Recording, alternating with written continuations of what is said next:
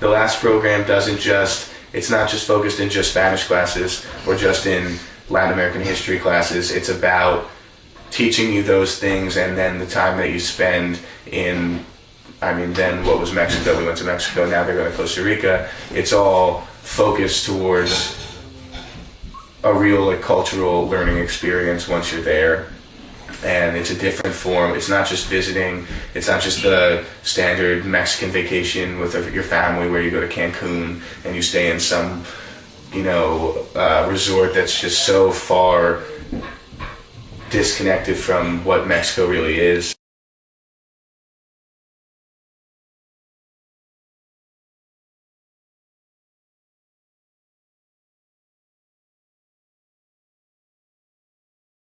You can't really travel without being a tourist, because usually, I guess some of the behaviors of tourists are to explore new areas and try to find out the best places to go.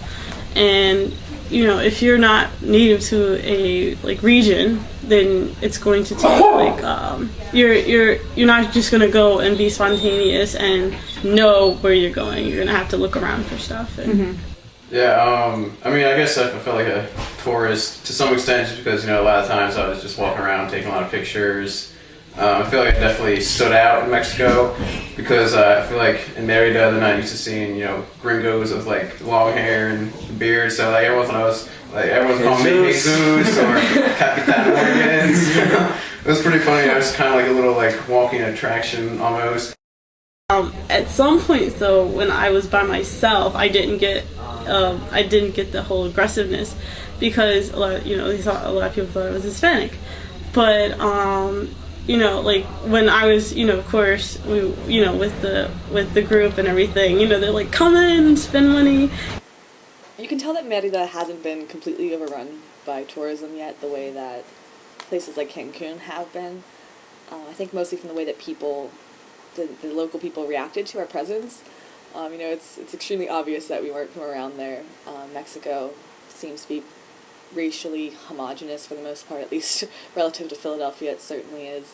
So everywhere we went, people didn't even try not to stare or be polite. But they weren't rude either. There wasn't that kind of antagonism you might expect in a resort town.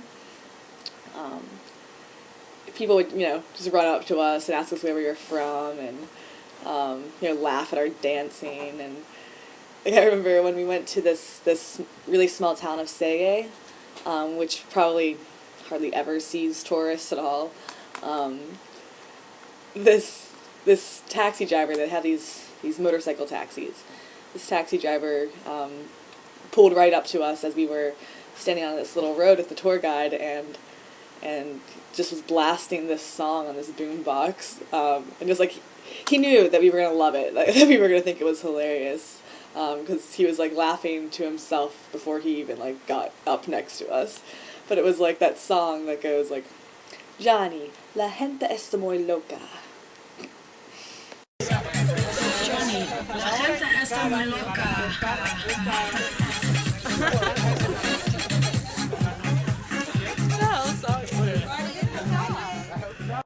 To me, it seemed like the trips to the indigenous towns like Say that we went to were almost as far disconnected from the life that the people in Merida were living as the life that we lived in Merida was from the life that we live here.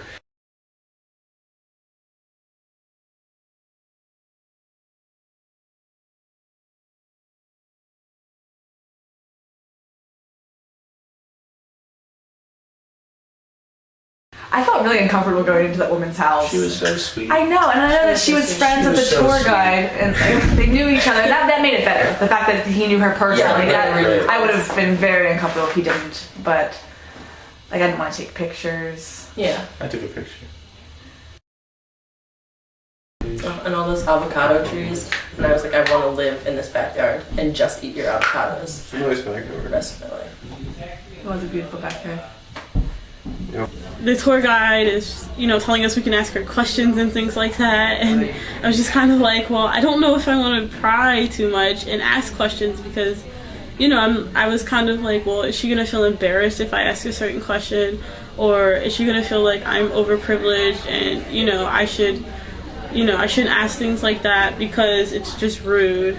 So I don't know. I felt really sad for the people, but they seem, and although I saw like the struggle and hardship, they seem to be more content with their lives, like at some point, or at least at the fact that they were trying to like do things and better themselves than, I guess like some people who have everything and then they're just like wasting their time and not working for anything. I was very self-conscious a lot of the time in Mexico about my position as a tourist and as an American and as a person with the privilege and the nerve to go down to Mexico as a student and study this foreign culture, and I didn't want to ask questions and seem fascinated by how different they were. But everyone was really welcoming, and there were so many times when people would explain something to me or show me something that they knew would be foreign to me without me even asking, because they wanted to teach me about their home. They were proud of things. Like, I remember when we went to these caves, and the tour guide passed around this conch shell to all of us so that we could try to play it. The sound of the horn, the way the ancient Mayans would when they were deep inside the cave.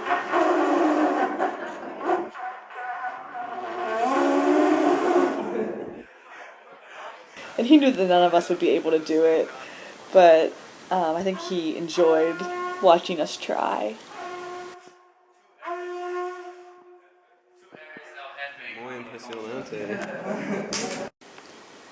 You know what? On second thought, the little excursions we went on to see, the caves and the ruins were actually really great. They alleviated some of that discomfort because, it was a moment where we couldn't deny that we were tourists, that we were foreign, and we were forced to really learn something. Whereas when we went out at night, there wasn't exactly a lot of learning going on per se. Yeah, it was a really fun going out experience. It was totally unlike anything I've ever done in the States. I mean, for one, obviously, because we could drink legally. Yeah. But also just, like, being in a foreign city with, like, that many of your peers, like, is such a fun opportunity. And we definitely had a great time. Like, we would, like you said, we'd meet the Grand Cathedral every night and go to, like, the 7-Eleven type store that sold mixed drinks in a can for like $1. Yeah. And lemon cola in a can. Yeah. You just have to watch out for the ones with. You have to make sure you got the one with the least rat shit on the top of the can. Yeah, store wasn't that clean. Didn't have that going for it. Or you had to bring your own napkin. Clean off the existing rat shit. Get that off the top of the can. And then pay a peso for a plastic OXO cup. And then just drink in public. You could drink in public. As long as you have an OXO cup. So that's what we would do. We would walk around like that and find a bar to go to and drink a lot of tequila while we were out. Before we even went to Mexico, I remember how excited everyone was for discotecas.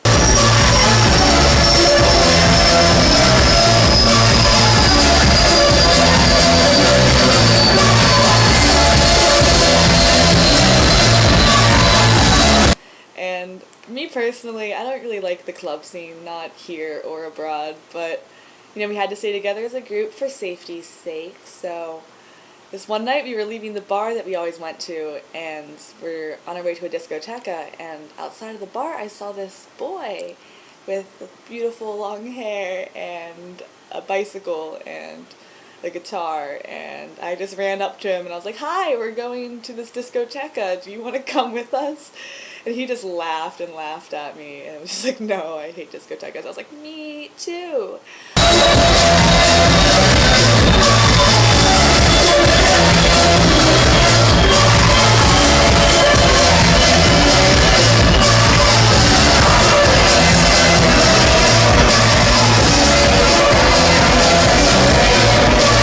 But like 3 hours later, I was outside the discoteca smoking, and he biked by, and I called him over, and we just sat there on the sidewalk talking for the rest of the night until like 4 o'clock in the morning when it closed. And we were sitting on the sidewalk, and he was playing the guitar, and I just remember one by one on this quiet street, seeing every single one of my classmates whiz on by riding on the back of the bouncer's motorcycle. And that was one of the greatest moments of my entire life. By the time you guys got on Tyson's moped, you had known him a little bit. You built up some kind of rapport with him. He's a really weird guy in the end, and he's still a really weird guy. But he was a nice guy. On the moped. I drove it. He drove it. I rode it. Oh, I was And then he was like, we have to stop and get gas. And I was like, oh my god. That turned out okay too, but also don't do that. Yeah, I got to ride the moped. My first experience on a motorized two-wheeled vehicle. Wow. But it was fun riding around the narrow streets on a moped. Yeah, my host brother Roberto Sensores Barking. He's a really cool guy. He's like 27 years old, but he came out with us a few nights. It was cool to have him because he knew all the local spots. Right. And I didn't meet Roberto until closer to the end of the trip, but it was really cool to see after, we did all our thing and we learned a lot, but it seemed like at night we were just going out drinking a lot, which is something that we do here too. But it was cool then to hang out with somebody that was, around our age and see that they do the same things. And it's essentially like, everyone's going through the same steps of growing up, and a lot of things are the same, even in a totally culturally different place. I came back and I was like, I love my culture, but I like some of what they do so much more better. I kind of felt empty because I had so much fun exploring and meeting new people. I remember after the trip feeling really anxious, that I hadn't fully experienced any of the things I saw, that I had gone on autopilot. And so I felt like I had to go back. And I did that summer for 5 weeks. But you know what? Even after 5 weeks, I had felt the exact same way when I came back. Anxious. It wasn't enough time.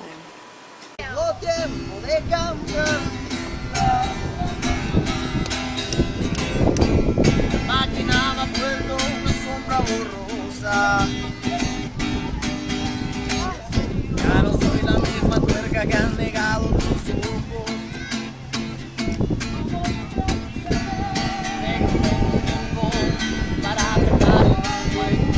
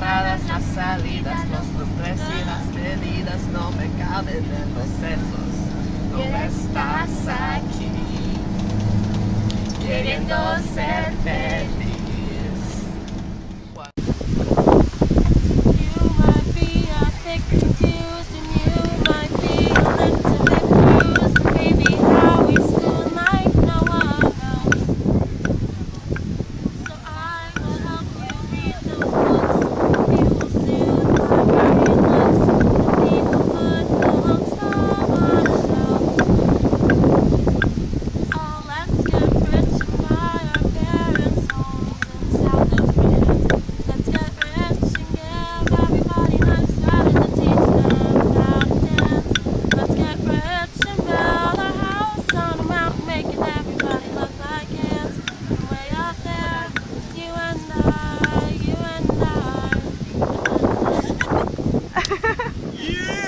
Bye.